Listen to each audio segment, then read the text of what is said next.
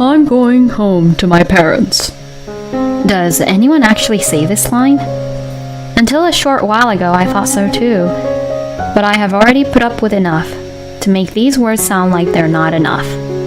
As I was packing up my belongings and leaving the house, my husband said, Hey, you are a stupid woman to the end. You forgot these important divorce papers. If you ever come near this house again, I won't hesitate to call the police. With these infuriating words, my husband half forcefully kicked me out of the house. After looking at the door, which had been shut vigorously for a while, this is the end of his life, isn't it? I muttered to myself and walked out lightly. My name is Kimmy, a 33-year-old office worker.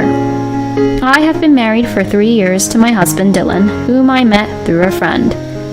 By the way, we don't have children yet, so we're renting, and whenever our schedules match, we take a vacation and go away a little. I was happy enough with such a life. However, my husband seems to have changed, and so my life has changed drastically. It was about 1.5 years ago. The parent company of the company where my husband works asked my husband to join them. Before that, there was not much difference in our salaries, but since then, my husband's salary has increased significantly. Because of this, my husband became arrogant to me. He used to do the chores, but then, "You're in charge of taking out the trash today, right?" "You forgot, so I rushed to take it out." He looked at me a little suspiciously and said, You know, I've been thinking for a while that it's not right for us to share the housework in the first place. I'm the one putting more money into the house, so you should take the initiative and do the house chores out of gratitude. He began to complain, saying as if something was wrong. He used to be a person who could honestly apologize when he forgot to take out the trash. I was so offended by his words that I said to him, "Well, let me tell you something too. Dylan, just because you got a raise doesn't mean you have to behave like that." At my words, he let out a huff and said, I'm not trying to be arrogant. I'm just saying I'm proud of me. Thanks to me, we were able to have this house, you know. You should realize how blessed you are. After saying this, my husband quickly went to take a bath. As my husband said, we have been living in a newly built house for a while now. But I didn't want a house like this. My workplace was too far away, and I hated where the house stood in the first place. When I opened the curtains, directly across the street stood the house where his parents lived. I looked at them and let out a deep sigh. This is just like living together with your in-laws, isn't it? I muttered to myself and closed the curtains with some force. The reason why this was happening was that it had been a while since my husband had started working for the parent company. Kimmy, I've decided to build a house. At the time, we were living in a 2-bedroom apartment, which was large enough for the two of us. It was close to the station, and the rent was reasonable for the location, which I liked. I had never heard of my husband wanting to build a home of his own, so I was surprised. My dad and the other guys told me that if I got a pay raise, I should definitely do that. I was beginning to think that was true, and my parents were even going to put a down payment on a house. Furthermore, without even consulting me, he said that he and my parents-in-law had already gone to several construction companies for consultation. How could anyone hear such a thing and not be offended? What? Why are you making such an important decision without me? It's not like we're having a baby, and it doesn't have to be right now. I looked at him in dismay, and he said, Actually, my father has cancer. I just heard the other day, and I'm his only son, so I want to live close by in case something happens to him. When someone says something like that to me, of course, I don't want to be the devil. I couldn't say anything strongly to him anymore. Even my mother-in-law, who usually never contacted me, said, "We're getting old, aren't we? I would feel relieved and very happy if you and your husband lived nearby." She frequently contacted me like that. Incidentally, if you ask me if I like or dislike my relationship with my parents-in-law, I dislike them. They look down on people and make me feel very uncomfortable. My parents-in-law were opposed to our marriage at first.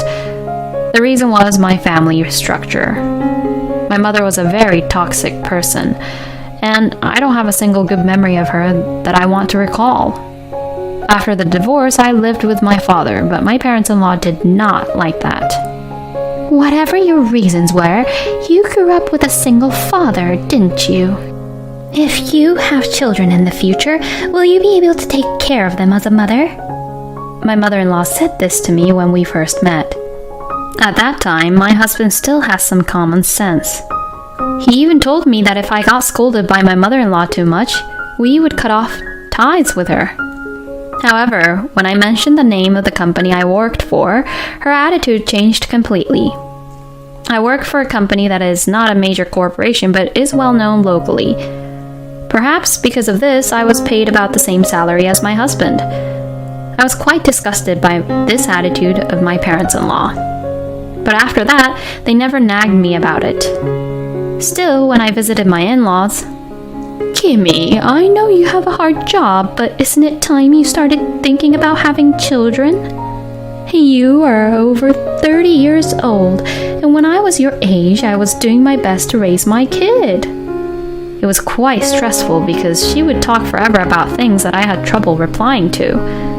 My father-in-law was a quiet man, but he had a way of assuming that housework was a woman's job, and if I tried to sit down at my parents-in-law's house for even a minute, he'd say, Hey, if you have time to relax, shouldn't you normally ask, is there anything I can do to help you? No woman should be so thoughtless. He said something incomprehensible to me as I looked at him with a dumbfounded look. There was no way I could get along with my parents-in-law like that, and of course, they continued to oppose the construction of the house. However, one thing led to another, and I decided to agree to the house. Of course, my husband and parents-in-law were delighted. And when the house was completed, my in-laws visited the house unannounced, as I had expected. It's nice to have a new house after all. It looks like you won't be using the rooms for the kids, so maybe we should sell the old house and make room for us. I listened with a wry smile to this nonsense. The wives in the neighborhood like to stand around and talk, and every morning when I go to work, a few of them get together for a little meeting. They greet me with smiles, but soon I could hear them whispering behind me. I'm sure she's having a hard time making the mortgage on their house. With those in-laws, I bet she's having a hard time. I heard them talking like that. My mother-in-law and everyone else definitely hate me, huh? I couldn't help but laugh. My husband and in-laws were taking advantage of the fact that I didn't say anything, and they were being rude more and more every day. Hey, hurry up and make dinner. Who do you think you owe your livelihood to? These words from my husband had become a daily routine. My parents-in-law would also bring up the down payment on the house. Please don't make Dylan do the housework. Thanks to Dylan and us, you have such a nice house. Don't you ever forget that. My mother-in-law said this to me over and over again as if it was her habit. One day, my husband forgot to take out the trash again. Not that he forgot, but it was completely on purpose. I told my husband, who had a blank expression on his face and was about to go to work, "You're on garbage duty today, right?" I called out to him, but my husband threw a shoehorn at me with a great force. You're the one who has to take out the trash. If you have a problem with it, you can get a divorce. My husband grinned at me and I simply said, "Okay, then let's get a divorce. I'm going back to my parents' house." My husband's eyes widened for a moment, but then as if he had been waiting for me to say it, he said, You said it, okay? You can't take back your words now, can you? If that's the way you want to play it, get out of here right now. I ignored my husband, who was laughing hysterically, and packed up my belongings. My husband looked at me from behind with a smirk on his face. As I was about to leave the house, he pulled something out of his bag. Hey, you are a stupid woman to the end. You forgot the important divorce papers. If you come near this house from now on, I won't hesitate to call the police. With a triumphant look on his face, he handed me the signed divorce papers.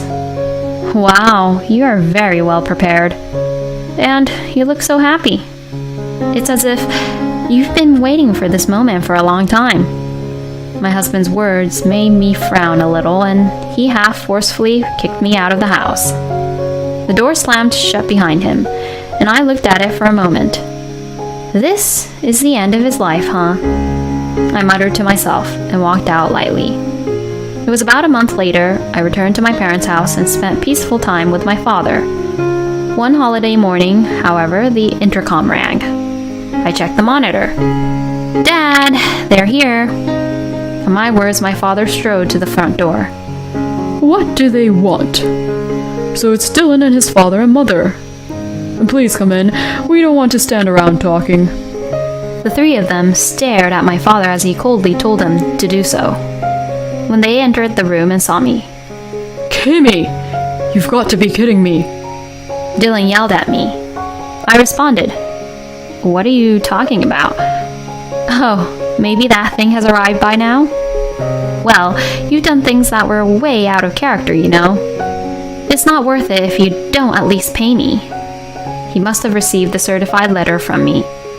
I smiled, but my ex-family-in-law's faces were red. Dylan, my ex-husband, said to my father, Why didn't you tell me? As soon as the divorce was finalized, I received a relocation notice to a subsidiary company.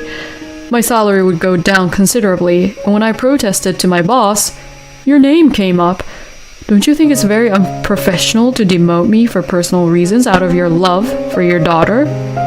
Take responsibility and tell my boss to withdraw my relocation. My father sighed at my ex-husband, who was furious.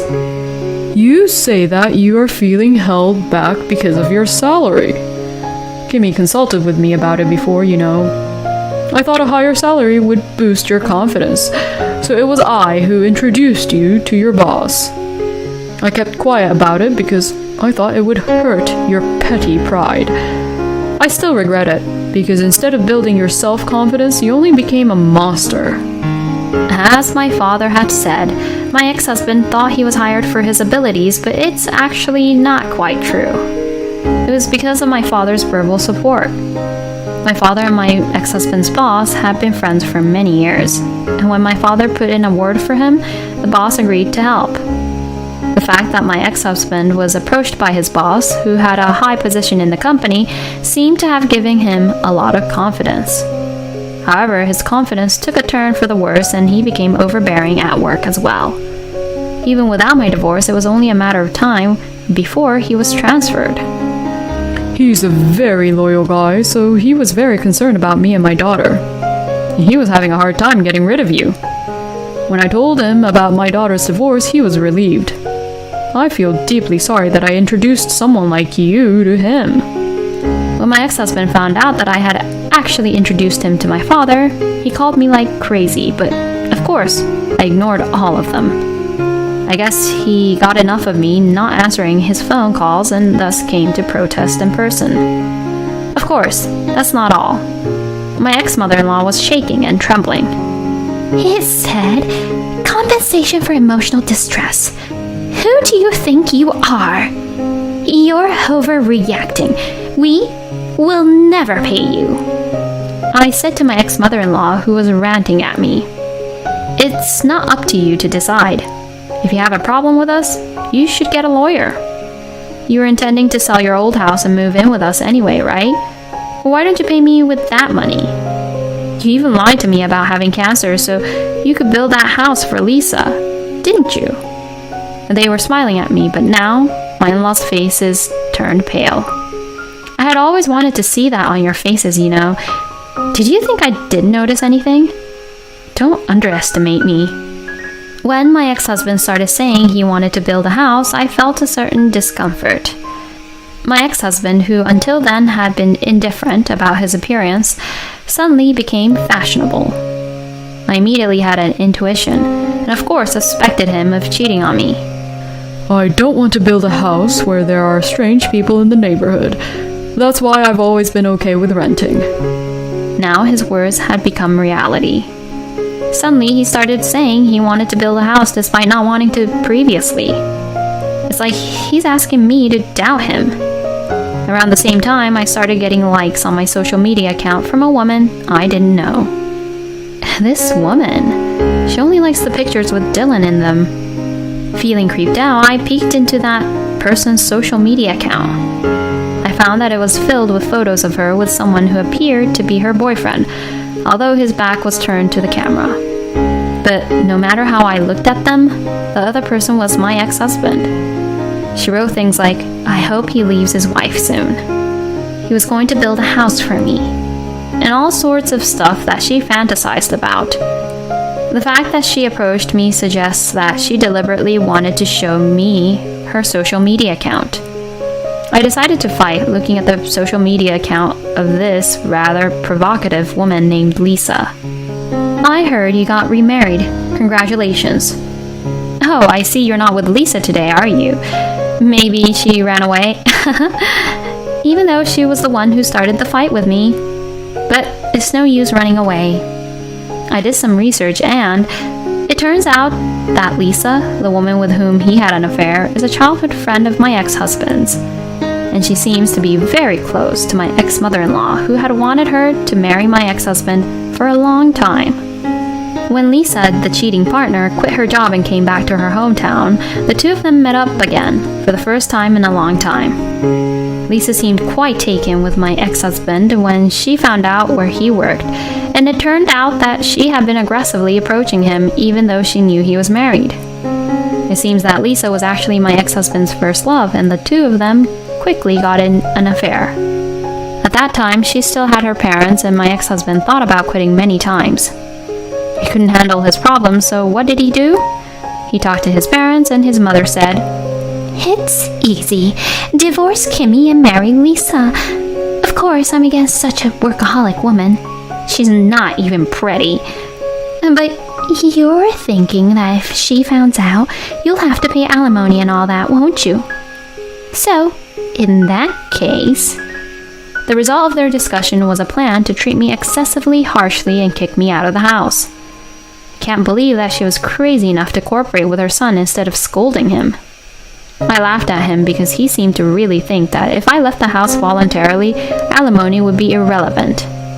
It was the cheater who wanted the house, and it was my former in-laws who advised him that the loan would surely be easier to pass during his marital relationship with me.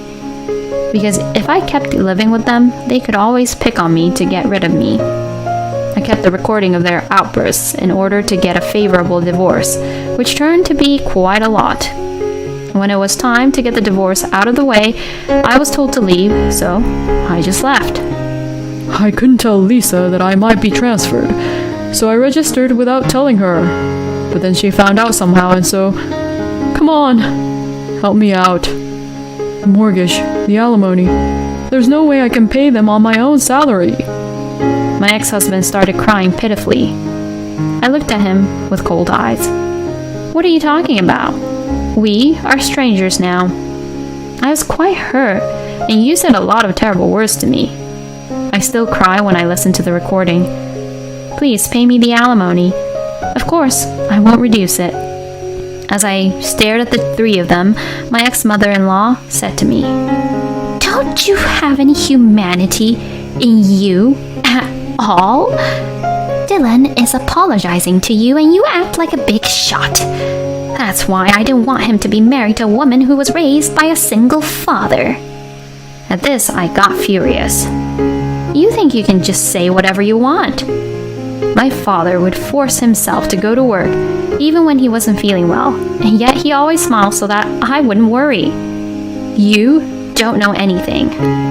I was so frustrated that tears involuntarily welled up in my eyes. As I cried, my father gently placed his hand on my shoulder. Kimmy, you don't have to cry for these people. Your future is bright. In comparison, what awaits these people is a path of destruction. Are we done? We and you guys are strangers. If you make any more noise, I will call the police. My ex-father-in-law stood up vigorously, as if he didn't want to go to the police. Don't make such a big deal about the police. We'll leave you now. He called out to them, saying, Come on, let's go. And left as if they were running away from something. Excuse us, he said. But they were the ones who came here out of the blue. What the heck was he saying? They were crazy until the end, huh? My father laughed when he said that. Later, I ran into one of the nosy neighbors again. I had a chance to ask them what they were up to. She told me that my ex-husband and ex-parents-in-law still live in that new house. Eventually, my ex-husband was transferred. To pay off the mortgage and to make ends meet, even with my ex-parents-in-law's pension, they seemed to be struggling. And to my surprise, my ex-parents-in-law also started working. The house was built for Lisa, but she is not there. It seems that she gave up on my ex-husband early after that and left quickly, leaving the divorce papers behind. She explained to her parents that after Dylan's divorce from me, she developed a romantic relationship with Dylan, who was heartbroken while spending time with him. I had sent a content-certified letter to Lisa's parents as well, so everything came to light and her angry parents disowned her. I shuddered to think of the community of wives in the neighborhood who knew so much. Lisa, through her lawyer, brazenly demanded a reduction in the rent, but there was no way I would comply. I glanced at Lisa's social media account. All the photos had been erased except for a pitch black picture. She had only this to say, which was written there: It wasn't supposed to be like this. She seems to be working from morning till night to pay off the debt she had incurred to pay my alimony. I have always believed that there is no such thing as happiness built on misery. That's because it will all come back one day. I want them to live the rest of their lives with regret. As for me, I am getting along well with my father at home. I apologized to him for coming back, but he said, What are you talking about? As long as you're laughing, Dad is fine with that. I want you to be happy. That's all I ever wanted, before and even now. I was so happy to hear it that I cried. I'm so glad he is my father, and I softly laughed as I thought of this.